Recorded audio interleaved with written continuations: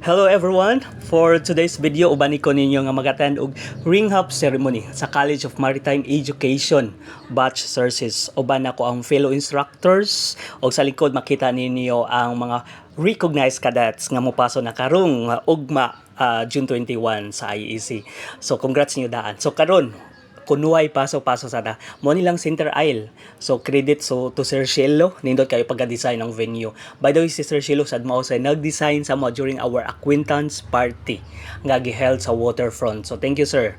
So before the event, nakoy mga certificates nga gipirmahan para sa mga top 10 maritime student and also atin sa mga leadership awardee based on research ang mga based on mayor from first year to third year since I am the team advisor. So thank you sa tanan mga congrats also.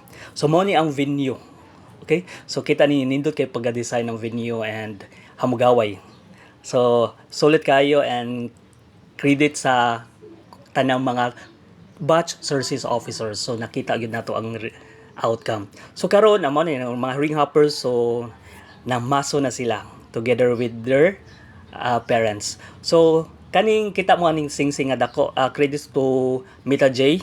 So ilahan ni gikan and guys nalang koy masulti in case of na mo mga ring hop because kay ako na observe gamay ra ang i-join. So in case na mo mga ring hop ayaw gyud taw ni palagpasi.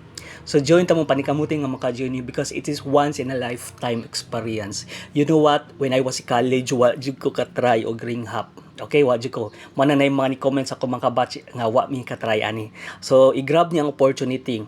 Kay nindot jud kani nga feeling na mo mga memorabilia matanaw sa inyong mga pictures. Oh, mo ni akong pag-ring hop. Okay? So mao lang gid na kay na-observe na ko nag-uban nga wa ka join sa ring hop kay naghandle man sa kog third year. But sige lang, bawi man yung bawi sa next life. Okay? So bawi sa graduation pohon ng ugma. So congrats sa tanan ni graduate and also salamat sa batch services sa pag-invite sa MOA og job well done. Nindot kayo ang atong outcome sa ato ang ring hop ceremony. So congrats.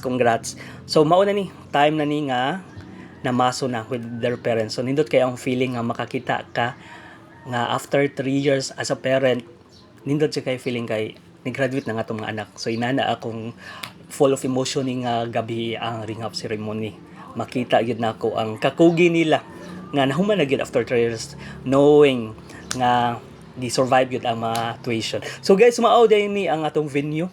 So nindot siya kayo ang pagka-design. Thank you so to Mita J and also to sa nag-design. Thank you and mora to. Salamat.